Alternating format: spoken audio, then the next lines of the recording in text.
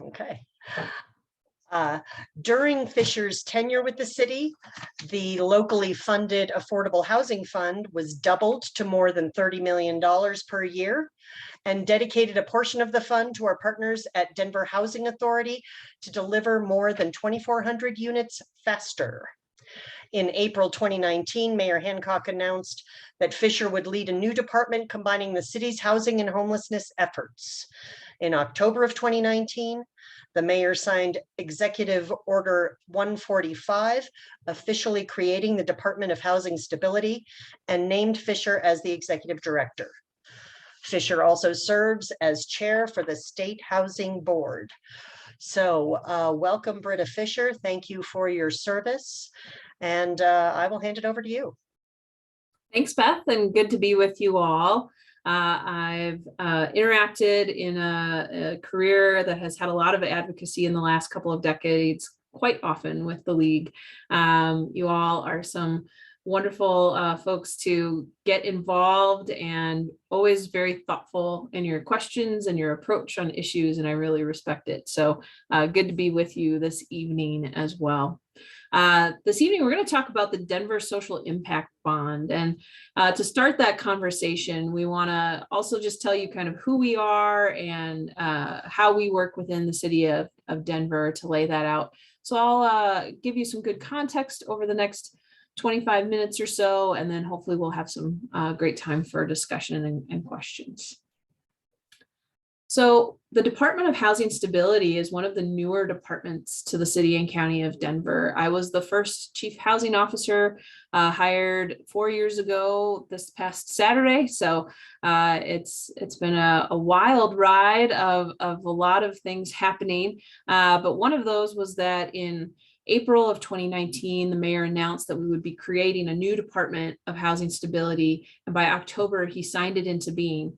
And for those of you who have been around the city and county of Denver or government contracting, pretty amazing to have created and conceived of and gotten to execution a whole department in 6 months, let alone sometimes a contract. So we're really pleased for the many people who had been really advocating for this type of structure within our city government for a long time. And our vision is that healthy, housed, and connected Denver. And we do that in a variety of ways, from investing resources, creating policies, to partnering in many ways across the housing spectrum, from people who are currently unhoused to those seeking affordable rental and affordable home ownership. Next slide. So as I said, we do this in a variety of ways, but our biggest goal is to realize a Denver where race no longer predicts one's housing outcomes. So racial equity is really undergirding and really supporting everything that we're doing. That's where we're driving toward. And we do that in 3 programmatic pillar areas. Housing stability, which is our namesake of our department, is really helping people remain in the homes that they're already in and only have to move at their choosing, and work to reduce involuntary displacement. Homelessness resolution is helping to resolve each episode of homelessness for residents in Denver. And housing opportunity is that creation and preservation of affordable homes in Denver. We have about 25,000 of those. And undergirding all of that is our operations. It's our communication, our policy, and our data, and our contracting, the things that we do across our whole body of work. So speaking of that body of work, on the next slide, let's talk about who we serve. So here in Denver, if we look at last year in 2021, we served tens of thousands of people in Denver. 14,000 in our shelters, 2,200 in our outreach at the street level to people in unsheltered homelessness, 2,300 through rehousing supports, 9,500 in our stability programs to keep people in their homes they're in and reduce involuntary displacement. And we also utilized our resources to preserve or create more than 1,100 homes. What we know about who we serve is they're disproportionately Black, Indigenous, and people of color. When we look at affordable home ownership, when we look at affordable rental, and then when we look at homelessness, homelessness has some of the highest levels of racial disparity here in Denver. We see Black households nearly 4 times represented in homelessness, and others very disparately represented as well. We've seen a real growth in women and female-headed households, especially when we look at our rapid rehousing and some of our housing programs. We see many people who are over the age of 55, and about 40% of our folks that we serve are with a disabling condition, which contrasts to about 25% of the general public. Next slide. This is a statewide presentation, and so while Denver as the capital certainly has a lot of attention, it's always worth just grounding ourselves in the fact that Denver has about 12% of the population of the state of Colorado. Our economy is very geared towards service providing, with about 11% being goods producing, and then always helpful to understand where we are on median household income. 82,100 is the median income in Denver for a 1-person household, and the median rent in Denver is at $1,683, with average rents largely over $2,000. Our median sales prices are listed there for both a single family home and a condo and townhouse. And I probably don't have to tell any of you that that has risen significantly in the last decade. Next slide. That growing gap between relatively stagnant wages and extremely high growth in housing costs has created tremendous amounts of housing cost burden. HUD defines affordable housing as spending no more than 30% of a household's income on housing costs. Here in Denver, 1 in 3 households is housing cost burdened, with more than 48,000 households spending more than half their income on housing, which makes it very difficult to maintain one's housing, and very fragile or unstable in your housing, because very small matters or disruptions could really put housing in jeopardy when you're spending more than half your income on housing. Next slide. So what do we need? At the fundamental level, housing is going to the highest bidder. That is how the housing market is shaped.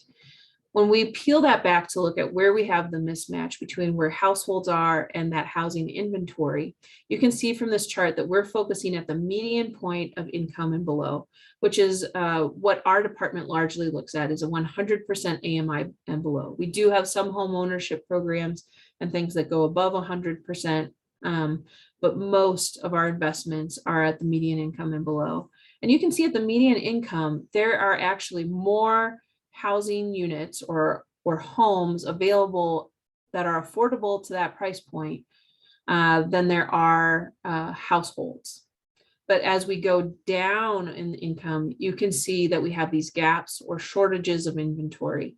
When you look at 60% area median income and below, that adds up to more than 50,000 homes that we are lacking in just Denver at that price point. And so you can also see that more of our publicly assisted stock is in those areas as well. What we know about the market is the market in the last decade has only produced housing at 100% and above.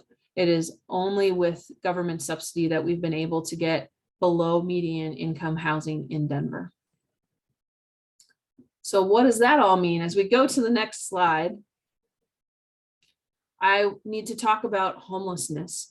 As we look at the spectrum of what our department talks about, this growing high cost housing pressure means that some people in a market where the housing goes to the highest bidder, they will never be the highest bidder. There are stagnant incomes, as I mentioned, and a lack of affordable housing. There are people with housing vouchers. There are people with good money to pay towards rent, but because of the scarcity of the housing that they can afford, they cannot find a place in Denver to use those resources. And so we have to address that. That is one of the biggest causes of homelessness, which we would say is really a symptom of these bigger, larger structural problems, like the lack of affordable housing. Health-related bankruptcies are still one of the biggest causes of bankruptcies in our country, and it's not surprising to see that health problems are one of the things that can exacerbate someone's conditions when they're living on the edge, or even if they're in a pretty good place, a healthy wage, a healthy family, a healthy many things. A health problem can quickly drain resources from a household and cause a lot of trouble in maintaining housing. We've seen a tripling in women in our shelter during this pandemic. Escaping violence has been a long reason for why somebody may experience homelessness. And then, as I said earlier, the impact of racial disparities is present, and we have to acknowledge the role that racial discrimination has played in housing and how it has shaped a wealth gap and has shaped policies that continue to have racially disparate outcomes. So we have to dismantle policies and build back in a way that is for a racially equitable outcome. So what we know to homelessness is that really at the fundamental level, it's simple, right? Once you are in a home, you are no longer experiencing homelessness. And housing is that foundation to provide a stable platform and address anything else that may be contributing to an episode of homelessness. And so we very much put housing at the forefront of our strategies in housing stability and our response to homelessness. Next slide. So let's talk about Denver. If you've been in downtown Denver, it is not hard to see that there are people living outdoors, sleeping rough, and it is more visible than ever as other activity, particularly early in the pandemic, it really laid bare as we ordered people to stay at home. There were a large contingency of people who had no home to stay in, and we had to scramble to that. We are fortunate here in Denver that we really stand in contrast to many of our other Western United States cities. When we think of Los Angeles or San Francisco, they're seeing more like 80 or 90% of their people experiencing homelessness in their communities are unsheltered.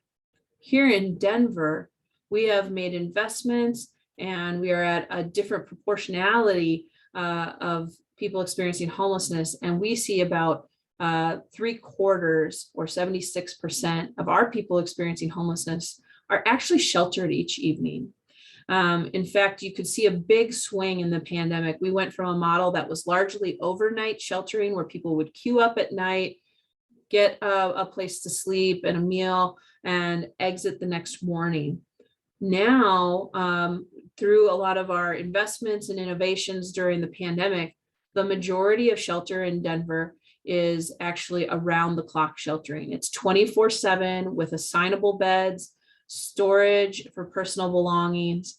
It is a very stark contrast, and our guests are really reporting that they feel better rested, less anxious, and better prepared to engage in that search for housing and case management. So we've seen a lot happen in the sheltered area here in Denver. That said, we still have more than 1,000 people on any given night who are sleeping rough and unsheltered. And that is not what we want as a community.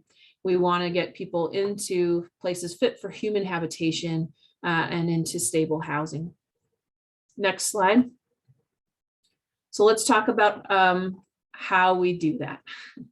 And so I am about to tell you about our social impact bond here in Denver, something called Remarkably Successful by several sources and in the media, and want to tell that story of how we came to this type of investment and how we found such success. Next slide.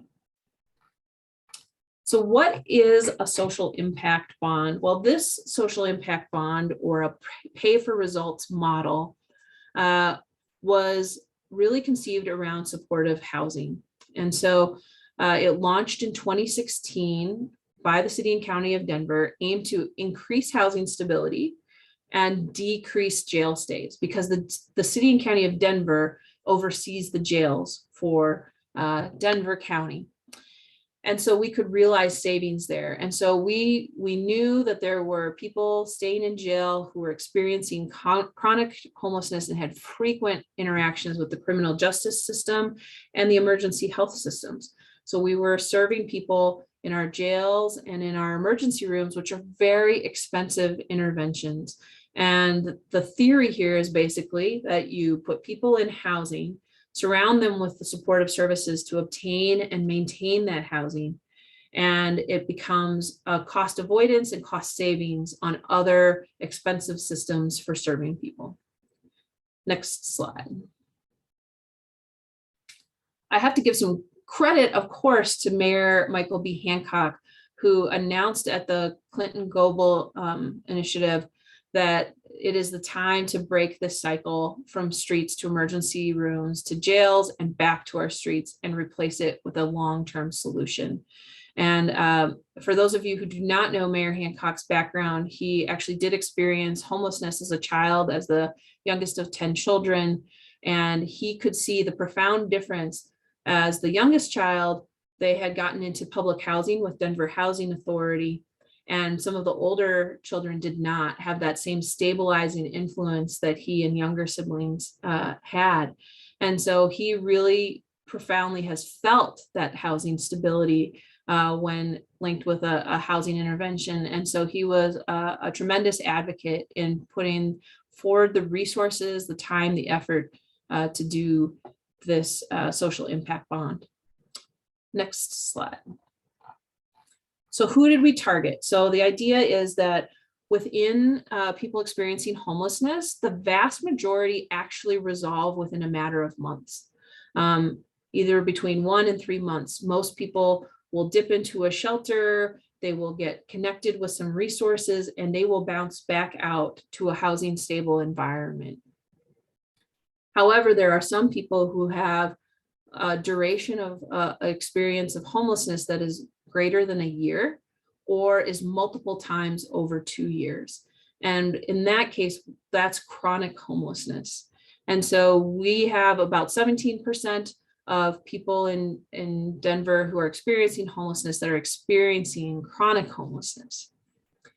The other group that we were looking at, or a subset really of that, is high utilizers. So who was arrested 8 or more times, and was also on the rolls of multiple visits to the emergency room, our detox and emergency services. And so we really did that look and came up with a pool of people who had experienced chronic homelessness and were utilizing those emergency services.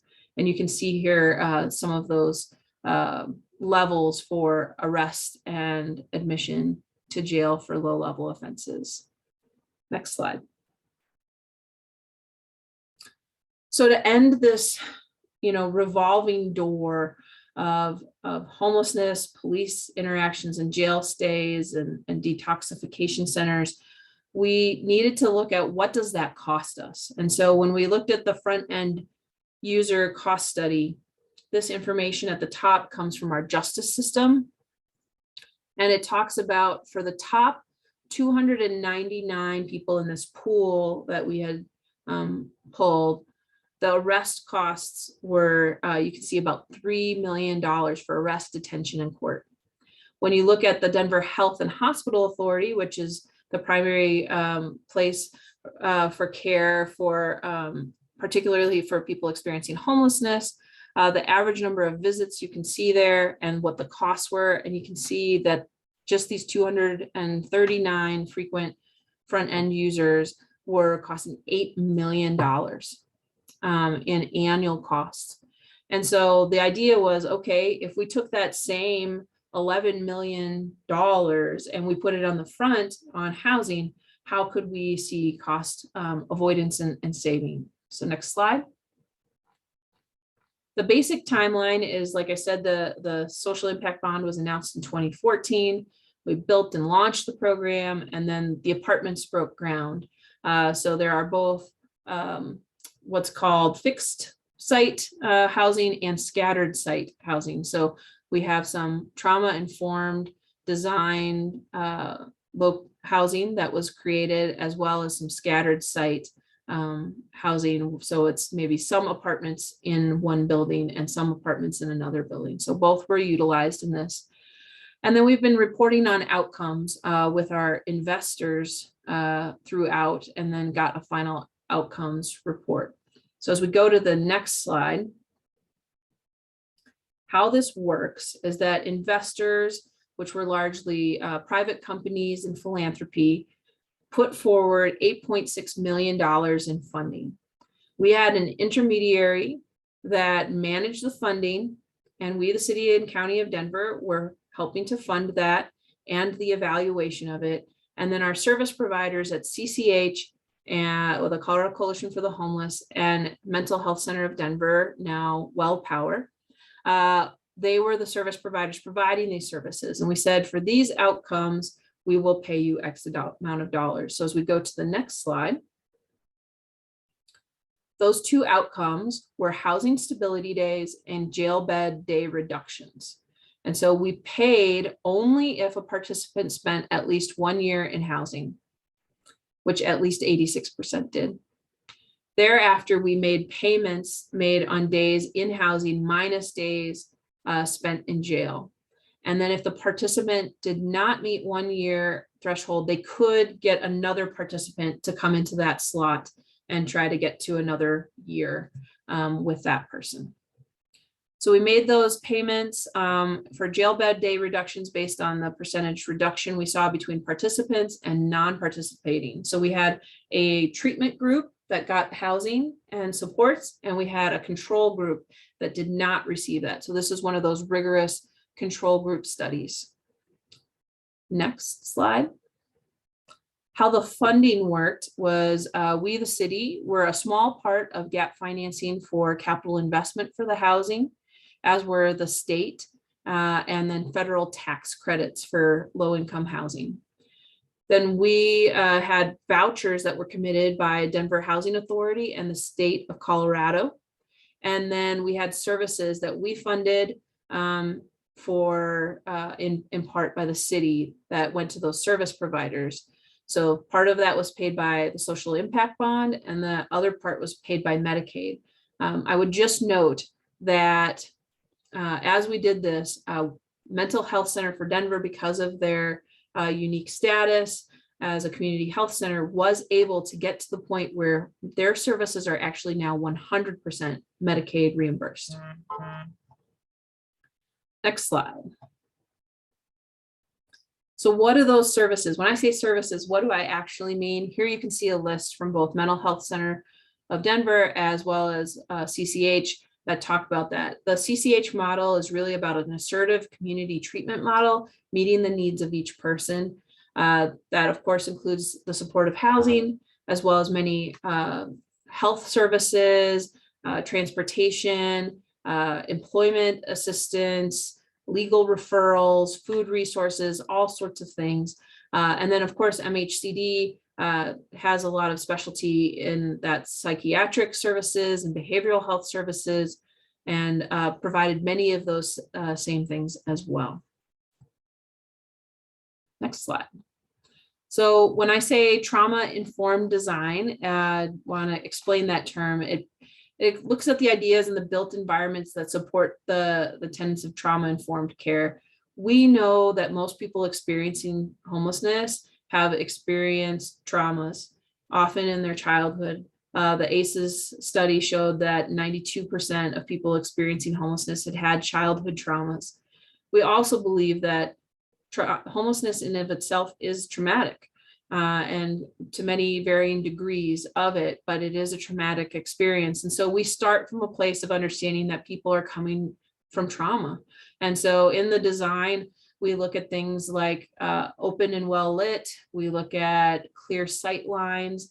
This Sanderson Apartments that's pictured here, you can see the undulations of the building, which broadens the hallway and provides good sight lines on the interior corridors to each doorway.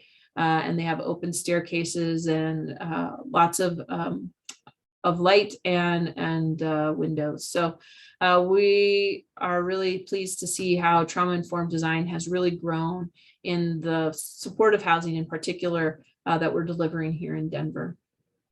Next slide. So let's talk about results.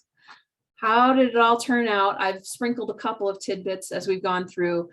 So there were 363 individuals that were referred to supportive housing in 2016 to 2017.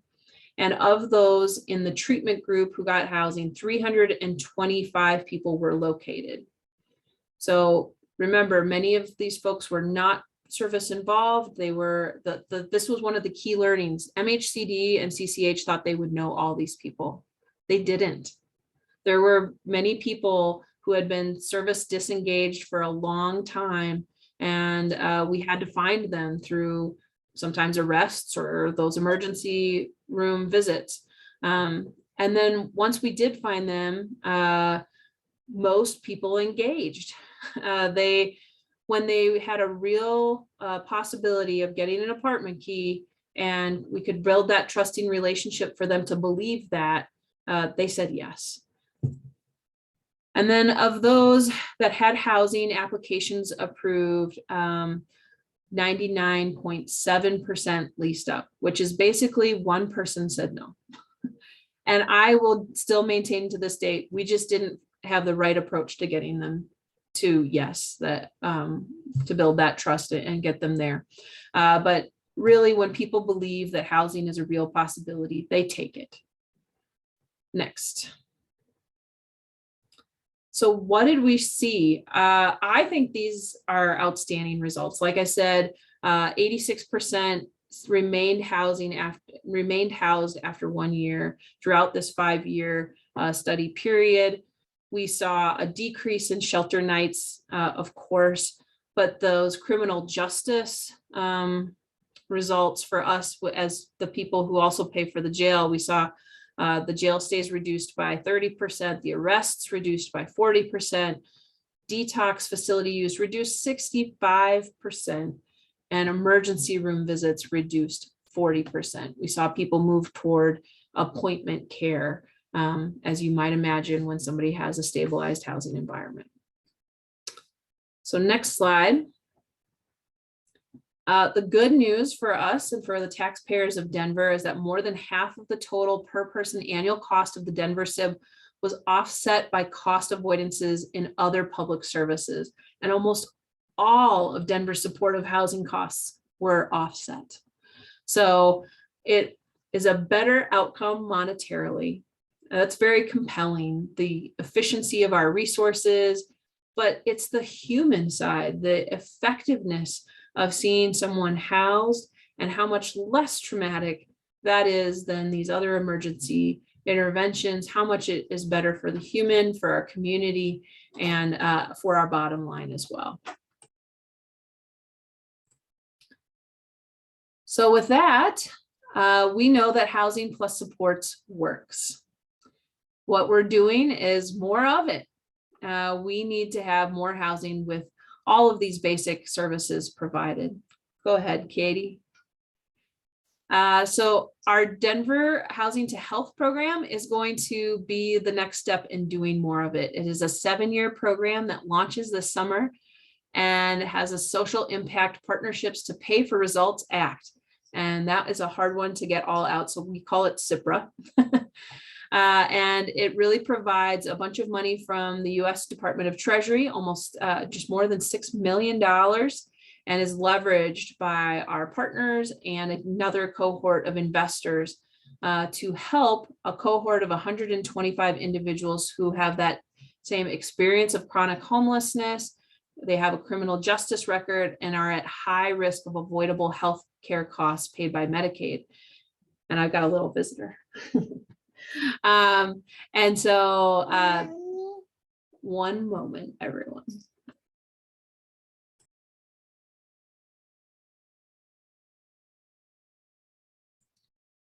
While we're waiting for Britta to hop back on, I have been putting some resources in the chat. If anybody would like to access further detailed reports about the SIB. And before we sign off here, I will also put in the chat HOST's 5-year strategic plan and our 2022 action plan as well. Thanks, Katie. So we're going to show it again. We're going to show that we can save healthcare costs by doing this. And I can't tell you how big of a deal it is to see Medicaid really get more into the savings that they can realize by getting people housed. It's like saying that we need prescriptions for housing because that is what's going to help reduce healthcare costs overall. So it's exciting stuff that we have been working on. It is has taken a lot of time. This next study will take more time, but our hope is that Denver is at the forefront of changing federal policy and showing that housing is really the key that unlocks so much stability and health in our community. So just to end, wanted to make sure that you knew that in this past decade, Denver has helped to move 11,000 individuals and families out of homelessness. We funded more than 8,600 affordable homes. 77% of the people we rehoused with supportive services stayed housed after 3 years. And I just want you to think about that for a moment. These are folks who were living under bridges and in wooded areas and were disengaged and were showing up in our emergency rooms and in our jails. And we were able to keep more than 3/4 housed. And when you think about when you start with housing first, and support people with those services, such better outcome. Even if it doesn't work for absolutely each person, it worked for so many that it is the best place to start. And I think Denver voters have gotten that. They have said yes to us twice over in the last couple of years, both to fund the Homelessness Resolution Fund, which is $40 million a year on a 0.25% sales tax increase, as well as Measure 2B of 2021, which was a bond measure to help with housing and shelter in Denver. So we're very grateful to have the support of the governor and the ARPA funds. There are about $800 million going towards housing and homelessness out of ARPA recovery. And we here in Denver have made it our top priority in our ARPA funds as well. So we're going to do more of it. We want to be like places like Houston, like Finland, that have put up the supportive housing that has helped them to dramatically reduce unsheltered homelessness and all homelessness to the point where people are really fitting within the shelter system and getting linked to housing within a matter of 32 days. That can be possible. We just have to get the work done. With that, I am excited to have discussion, and Katie has shared lots of resources in the chat. Okay, who has a question? I do. I'm Jeanette Golder, and I live up north in the Fort Collins, Weld County area, Thermo County, Weld. How are we working towards, what can we do up here to help get that in our communities and be as successful? Because it's wonderful what you're doing, very exciting. How do we duplicate that, I guess is what I'm asking. And truthfully, Britta, that's the whole reason we brought you here, was to figure out how we can box this and send it out to communities throughout Colorado. Well, I'm going to start from the place of strength for the league. Then I'm going to talk about some of the things politically in the environment and what individuals can do. Number one, you got to talk about it, right? You got to Mhm. ask each candidate the questions. These are the things that you do so well. You got to research the positions and show people how they can come to a logical public policy position. You all are wonderful at that and have been leaders in that for a long time. So of course, do those things. Get people to vote. Get people to vote in off-year elections. Think about the timing of measures and how you can ride on the heels of when there is a better turnout. These are all things that you are all very savvy about. When we think about the political environment, I think about the payoff of all that work of, training candidates, informing candidates, making sure that the environment that you are producing in your community is that you don't pass go as a candidate unless we know your position on this pressing community problem. And we've equipped you to know the right answer. So find it. So I think that is huge, is making it just something that's unavoidable and a top issue in the community. I found that making sure there are really good information pieces that are in the hands of reporters in your community is really important. Today, there's not the time given reporters to go in depth. So spoon feeding them some of this information, like what we've produced in evaluative results from the Denver Social Impact Bond, can be very helpful. That's why we used third-party evaluators and intermediaries. It's not the city saying all these things. It is, in fact, these third parties that have evaluated all results. It is scientifically done. It is very hard to dispute the evidence of how significant of an approach it is to start with housing in a response to chronic homelessness. I'd say the final thing is people always want to know what they can do as individuals. And I have been working in this area in Colorado for the last 22 years. And what I would tell you is that there are two things that I would love to see in every community. One is that we have places for people to endure a life disruption without leaving their community. Denver has 12% of the population in our state. We have nearly half the shelter beds. We are happy in Denver to do our part to do that. But just imagine a community where you have an apartment in multiple parts of town, an apartment building, where when someone is in one of those life disruptions, they can use one of the apartments in that building as your emergency housing. And they don't have to leave the school district where their kids are going. They don't have to leave the faith communities that have been supporting them or the family and friends in their circles of support. We need that in every Colorado community, that we have a level of affordable housing, but also emergency housing that helps smooth over life disruptions, because they happen a lot. And it could be the loss of a job, it could be the loss of a person, it could be all sorts of different things that are that traumatic episode in someone's life. And we need places in our community for people to be supported through that. That is so much cheaper than the problem that we see on our streets, showing up in our health systems and in our jails and our criminal justice. That is so expensive. Whereas having additional housing that is for that purpose is so much more effective and efficient. Which brings me to my last thing that we as individuals can do. You heard me say the ACEs study, or the adverse childhood study, that says, experiences study that says, 92% of people experiencing homelessness had childhood trauma. Number one, if you are a parent, be a good and supportive parent. If you are someone's aunt, uncle, the pseudo aunt or uncle, if you can be another important person in a child's life while they are going through this life that has so many experiences and traumas, that is probably the single most effective thing that I could tell you to do, is to really show up for children in your life, and then be there for your friends and your circle of support. Be someone that they know they can come to and say, I'm in a tough spot and I need some help. I don't know where to go. Be that person who will stand alongside them and help them figure it out. Excellent. with no judgment. Yeah. Everyone needs that. Any other questions? I have one.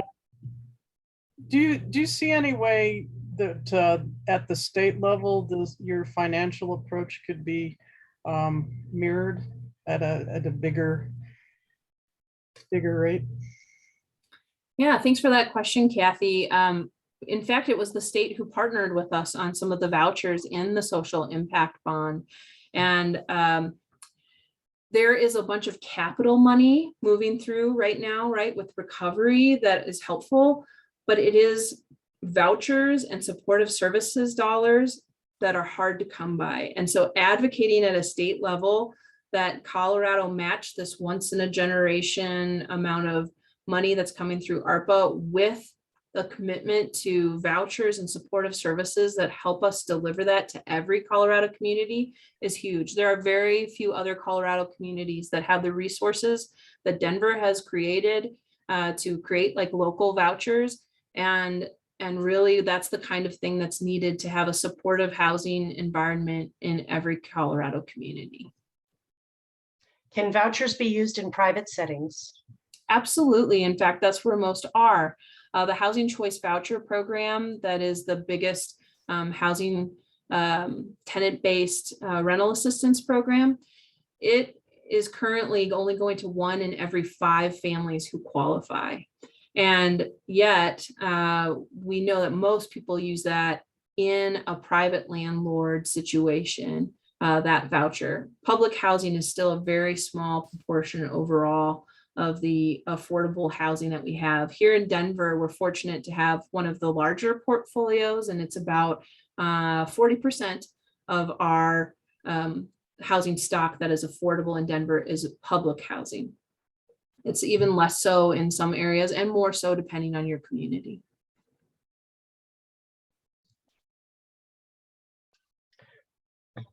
I'd love to hear your thoughts on how we can make it more attractive for developers to develop affordable housing. So I'm gonna maybe answer that in a way that you might not expect, which is that I don't know that we can just make it more attractive. Like the truth is that a stick of lumber costs a certain price, a load of concrete costs a certain price. And if you're trying to get back your profit, which is what the market does, you're never going to be able to serve people at the lowest income levels. And so I don't know that we can attract, but we can sometimes make it an inducement that we recognize that this affordable housing is critical community infrastructure. We cannot retain the teachers and the officers and the retail service workers that our community needs unless we have that critical infrastructure. And so what we just passed here in Denver and is now allowed throughout the state as of last year is something called inclusionary housing. So we just passed mandatory affordable housing or expanding housing affordability. And it says that this is such critical infrastructure that if you're building housing in Denver, 10% of what you build has to be at 60% of area median income and below for 99 years. So we're saying this is critical community infrastructure and you have to build it into your pro forma. If you don't want to build it, you can pay a fee in lieu, but it is going to be of such significance that it can actually help us pay for some of that very deep affordable homes that we need to have the supportive housing, to have that emergency housing that I was talking about in our community. And so this is really what's probably going to be one of the biggest reasons why we will have thousands more of affordable homes going forward here in Denver in the next decade.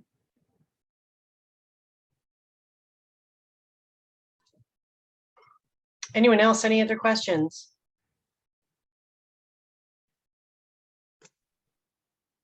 Veronica.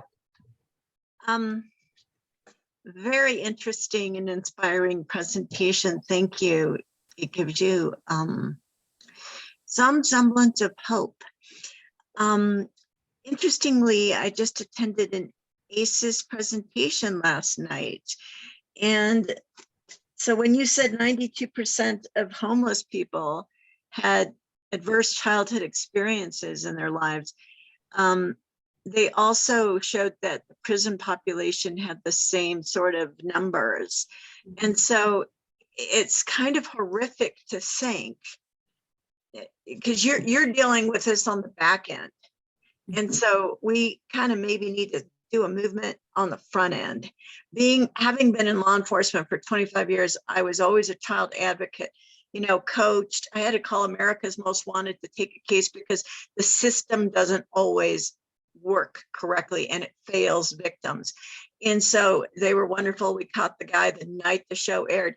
But so there are all these things that you can do. And yes, one important adult in that child's life can make a significant difference. But it's almost like we need to do this ACES educational campaign so our teachers can recognize it, our police officers, our clergy, because as you see, it's so costly at the back end. And the fact that we're perpetuating child abuse and then dealing with this legacy it leaves us, I mean, that's kind of awful. So thank you again. It was very inspirational. Thank you. Oh, I'm glad, Veronica. And I think we need to do both, right? We talk about upstream and downstream all the time. And that's why I put that emphasis on being there for the kids in your lives, because that is the farthest upstream kind of thing that we could do to really help support children to healthy, productive lives. Absolutely. Great points. Any other questions? Kathy. This was really great. Congratulations on all this work. Thank you. So as the emergency rental assistance money is running out and a lot of people on fixed incomes are on that, what is Denver doing to think ahead on that? Yes. That's coming. Go ahead. The cliff that's coming soonish. Yeah, you might argue it's already here in some ways, as some people's benefits have expired or their one-time assistance. So we still are distributing emergency rental assistance here in Denver, and it's helping. But there's this widening gap that we spoke about, right, between what people can afford and the kind of ridiculous costs of housing. And I say that because I don't know, $2 million for a paired home and a quarter of an acre lot. It seems a little ridiculous at some point, right? And it's certainly in our rural resorts, we're seeing spectacularly ridiculous costs. And I speak with our Eastern Plains partners who their area median income is below minimum wage. And they're having trouble. So the trouble is in every part of Colorado. And we need to think about how we have supports for rent beyond this emergency. And so Denver, myself, I happen to be the chair of the High Cost Cities Housing Forum. It is the 9 highest cost housing cities in the United States. So we're talking New York City, Washington, D.C., Boston, Miami, Chicago, Los Angeles, San Francisco, Seattle, and Denver. And when you think about those cities, we are uniting to say, hey, we see a whole big problem coming, federal government. We're doing these things to address it. We need your partnership here. We need to think about how we take the lessons learned here and keep the systems going that allow us to turn on this type of support and make them better. So I think there's some really exciting public policy being discussed. It's just hard to see what will actually get through Congress. Beth, you're on mute. Just Thank you. Joe, who is also on mute. Okay. I was just going to say, living in the Arapahoe Douglas League area, how everything that Denver does to help their homeless helps our counties too. Because frequently some of the homeless people, especially in Arapahoe County, have come down from Denver. And if they're going to be housed there, then they won't even be coming here. And so I appreciate everything that Denver does. Well, thanks, Joe. And just so you know, for people experiencing homelessness, the vast majority experience it within 10 miles of where they were last housed. So I know there's always a perception of people came from somewhere else to come here or to go there and so forth. But people are trying to stay near the resources they know. By and large, especially at the beginning of any experience of homelessness. If their community can't meet those needs, then you see a little bit more migration towards resources. But I mean, Displacing Arapahoe the- County is within 10 miles. Yeah. Yep, absolutely. Denver. We all have to help each other out in this region for sure. Displacing the problem is not solving it. So. Tell that to Minneapolis. Any other questions? Okay. Well, I know you all join me in thanking Britta Fisher and Katie Walmsley for their presentation tonight. Thank you so much. We appreciate it. I'm glad that you understand that the League is on your side and will continue to advocate for these and similar programs to provide housing to as many Coloradans as is humanly possible. And please don't hesitate to call on us if there's something that we could do to help. Absolutely. Katie and I will go off to be mighty moms, supporting our young children to good, healthy, Excellent. productive lives. So thank you all for all your support and your work in the community. Thank you. Take good Thank care you. now. Good night. Thank you. Good night. Night.